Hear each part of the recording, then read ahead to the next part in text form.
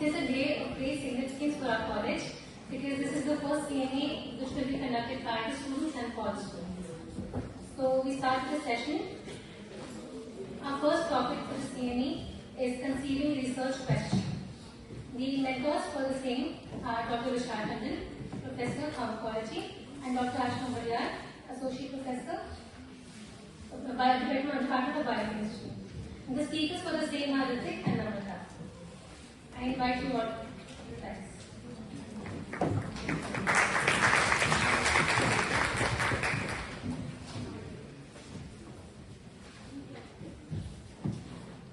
The rules for the CME is every speaker has to finish in 15 minutes, every topic needs to be finished in 15 minutes, and it will be followed by a session of question and answer by a working panel.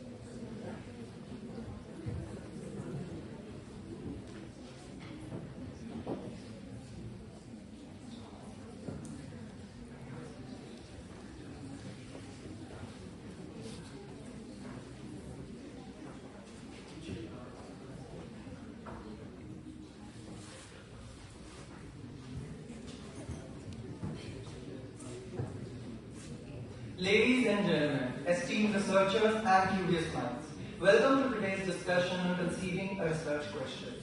Let our exploration inspire thoughtful insights and pave the way for groundbreaking discoveries in the future. Thank you for joining us on this intellectual odyssey. Conceiving a research question, so me, Ritik Kaste, and I, Namrata Bhat, are going to guide you on this. Before we can even proceed into the research question, what exactly is a research?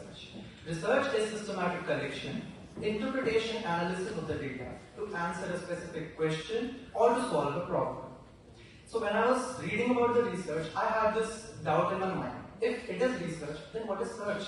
So search versus research. Search is trying to find something by looking or otherwise seeking carefully or thoroughly. Whereas research, I have already told you that.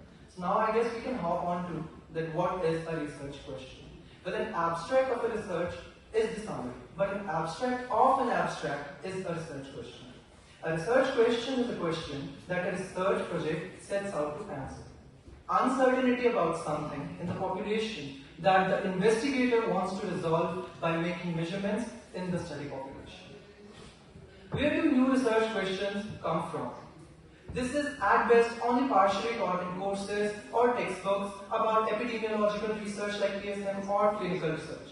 Methods, they are taught under the assumption that the researcher who is already going to conduct the research knows that his research question is validated and which method will fit best into his domain. Similarly, the real complexity of the thought process, it has never ever been described in any of the publication papers. So that is why we are here today to guide you on that. When trying to formulate a good research question and understand how to solve it for complex projects, it can be difficult to know where to start. We know that not only are there multiple perspectives, but you have to consider the particular context of the research topic. Is it timely? Is it relevant? And most important of them all, is it valuable? In other words, are you really looking into a research for the question or not? So, speaking on that, necessity is the mother of new inventions. Any previous preclinical or clinical research, as a casual thought, like you are reading Robbins' pathology and you read a text saying the exact cause is still unknown. Those are the potential areas of research. Or as a casual experience, old drug for new indication, route combination, mechanism, etc. Or to improve the current treatment practice. Reading research journal, I don't know how many times teachers emphasize on this so much that reading or developing the habit of reading research journal is the key way to have a researcher's mind. Review of others' research work, any unanswered question of your own, attending research meetings or CMEs like these, scientific and non-scientific web portals. Well, to start with the first areas, I'd like to give you an example of Indian Council of Medical Research, New Delhi. The first areas are the interest areas of the funding agencies that maybe you are going to approach in some way or the other. They provide you with a list of the topics like here we have HIV, TB, osteoporosis, rheumatology, aging diseases and cancer. So ICMR is basically telling you that, hey guys, take a look at these topics, choose a specific research topic in these domains and you have the chances of your publication getting selected and we'll fund you for that. So if you know the interest of your funding agency, you definitely can work under their domains that they are interested in and the chances of your research getting selected are higher. There are two categories of research questions, descriptive and analytical. Descriptive involves observation to measure quantity, while there is no comparison group, neither is there any intervention. On the other hand, analytical question involves a comparator and also it has an intervention to test a hypothesis. How to build a research question?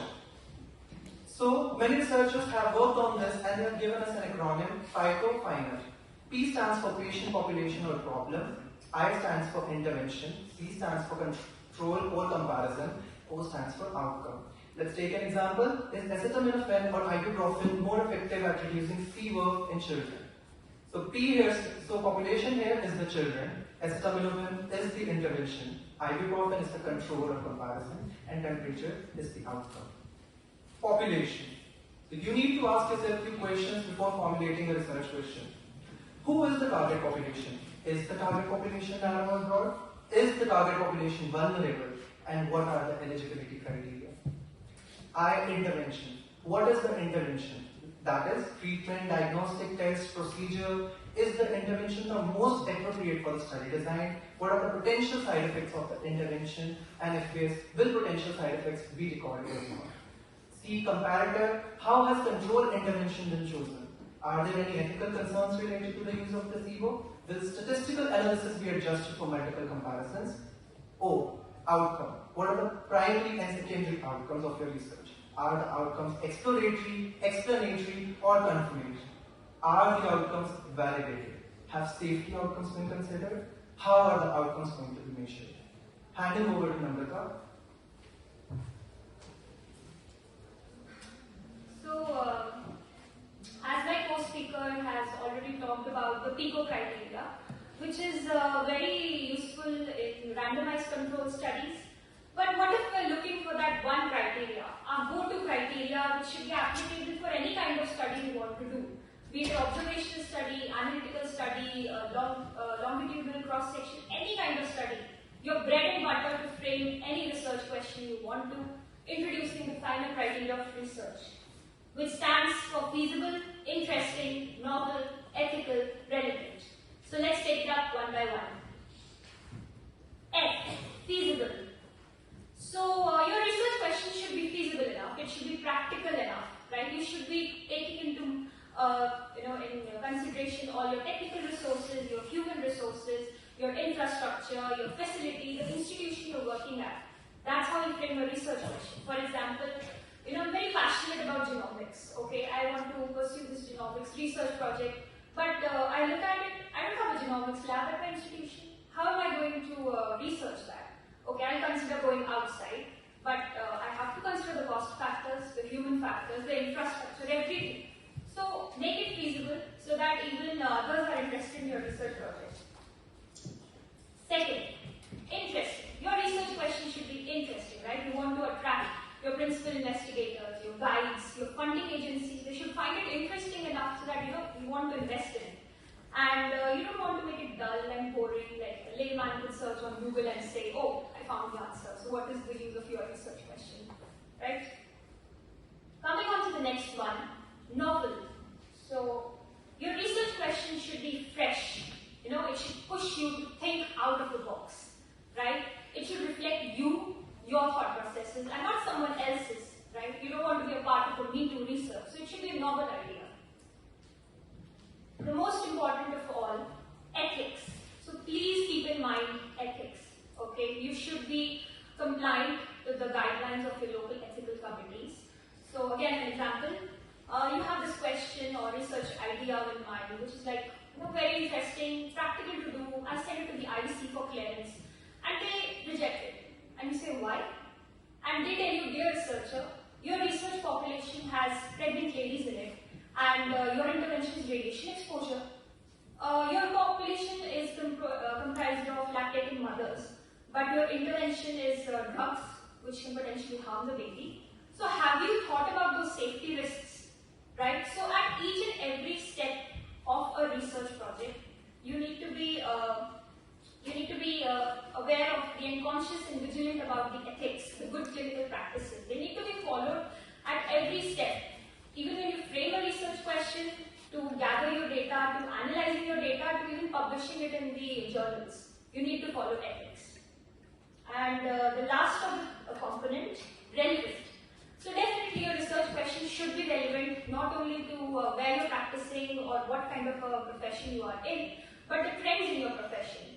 Right? For example, there is healthcare. So we want to be researching on something which is hot and burning right now, right? I mean, who would like to research on something outdated? No one would like to invest in such a project, right? So it has to be relevant to you, your practice, your professional development.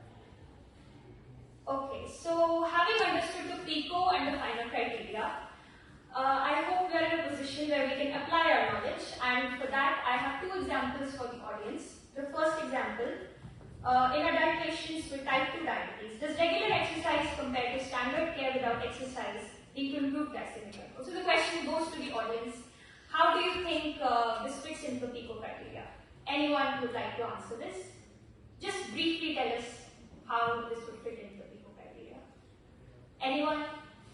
You can raise their hands. You want to? You have to. Patient with type 2 diabetes. I is intervention, which is regular exercise. Control is standard care, and then 4 is obviously outcome, which is home blessing control. Very right, very right. So second question for all of you. I think this was a sample, so now others should be encouraged to answer this one. So the final criteria, what is the impact of mindfulness meditation on reducing symptoms of anxiety in college students with exam period? So anyone would like to volunteer for this one? Yeah, ये तो easy है. Someone, anyone? Yeah, this is two-way communication. Come on. Anybody from outer colleges would like to answer? Anyone would like to answer? Simple. How is it feasible, interesting, novel? Just one line you have to tell. No one? I think they are trying to hold it. Yeah. Please. Are you trying to help you Just now? try it, we'll help you. We'll help you. Try it. Try. Try it. Try. So F feasible, how is it feasible? Do you think it's feasible to do? Yeah, because college students, they have anxiety, so that is feasible. Right. Because our target audience is college students and anxiety is a problem which we can Right. Is it interesting and novel, do you think so? It's again a very hot topic because people are trying to find key solutions in terms of. Right, mental health is such a burning topic in medical, right? It's all one common interest. And it's novel obviously because college students are going through this, a lot of situations also because of this, so this is novel. Right. E for ethics. Do you think ethics might be violated in this question? So obviously ethics will be violated. Why ethics will not be violated? For example, I include you and in the screening I find you are very anxious and of very severe category. So I'll be actually labeling you that you are a male, let me be any female. So I'll be labeling you a patient of anxiety or a psychosis or a depression, whatever is the category. So for lifelong you are labeled now. So is it ethics involved or not? I think we should normalize the fact that mental No, my just answer my question. Ethics involved or not? Look, so what is the tool? The tool is you will ensure it by ensuring the confidentiality of the subject included in the study. So that is how you have to look into the research question probably what is the message across, right? I hope you got it. R for relevant. Do you think this is relevant? Relevant, right? Right, because it's so common right now, mental health, that definitely will be relevant.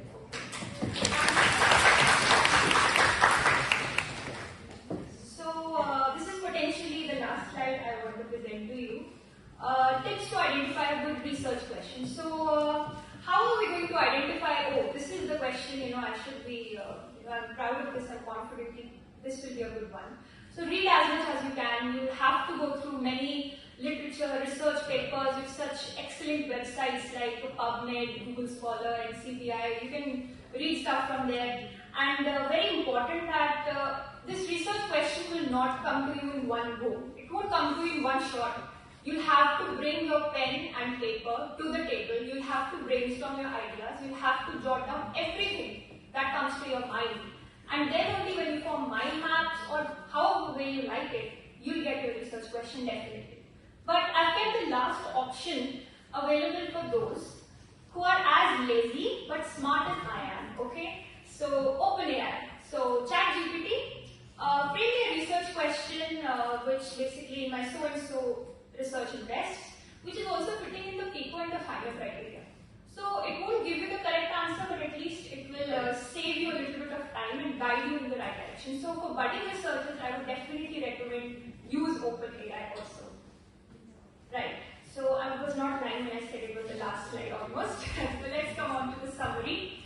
So in this 15-minute session, what did we learn? We learned about what is a research question. We talked about what are the sources of various research questions, the PICO criteria, FINO criteria, and then last, how do I pick this research interest of mine?